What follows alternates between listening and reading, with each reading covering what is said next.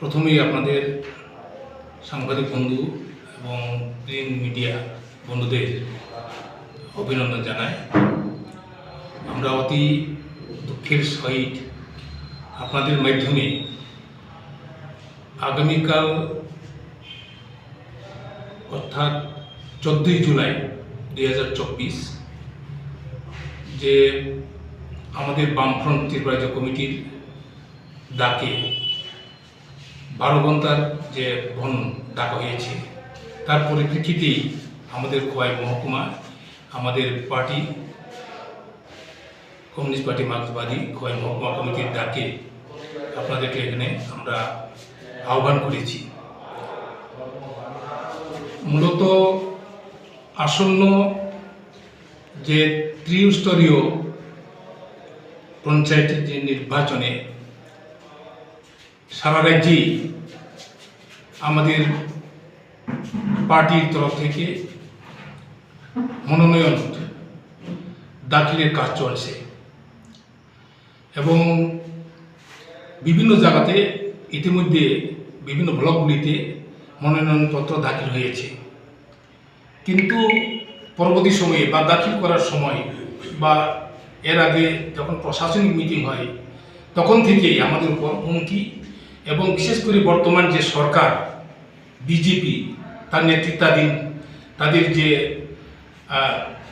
মদতপুষ্ট দুষ্কৃতিকারীরা direct আমাদের বিশেষ করে বিরোধী দল হিসেবে আমাদেরকে বাধাদান সৃষ্টি করছে। মারপিট থেকে আরম্ভ করে হুমকি, বাড়িঘর পুড়িয়ে দেওয়া, এই সমস্ত চলছে। ইতিমধ্যে গতকাল আপনারা নিশ্চয়ই শুনেছেন যে আমাদের দক্ষিণ ত্রিপুরা জেলায় দক্ষিণ ত্রিপুরার যে জেলা পরিষদ আমাদের বামফ্রন্ট এবং সিপিআইএমের প্রার্থী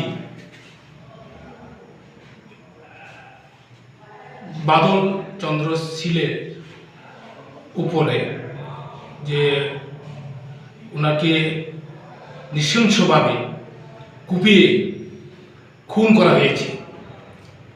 কেন সে প্রার্থী হচ্ছে এবং তার প্রতিবাদে সারা রাজ্যের সাথে আমরা তীব্র নিন্দা জানাই এবং সাথে সাথে আপনাদের মাধ্যমে আপনাদের এই সংবাদ প্রিন্ট মিডিয়া বন্ধুদের মাধ্যমে আমরা আমাদের খোয়াই মহকুমাতেও আগামীকালের যে 12 ঘন্টার যে বন্ধ ত্রিপুরা বন্ধ বামফ্রন্ট ডাকে আমরা আমাদের এই মহকুমায় শান্তিপ্রিয় যারা শান্তির পূজারী সমস্ত অংশের মানুষের কাছে আমরা পৌঁছে দিতে চাই।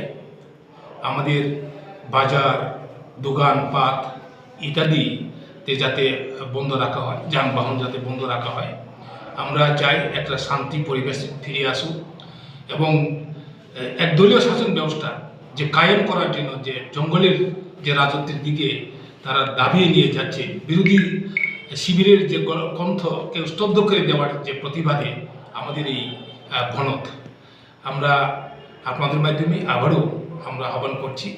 এই তীব্র ধিক্কার জানাই এবং তীব্র নিন্দা জানাই এবং আগামীকাল যাতে আমাদের খোয়াই মহকুমাতেও সর্বত্র যাতে শান্তিপ্রিয়ভাবে স্বাভাবিকভাবে আমাদের যাতে বন্ধ পালন করা হয় আমরা আপনাদের মাধ্যমে আহ্বান করছি।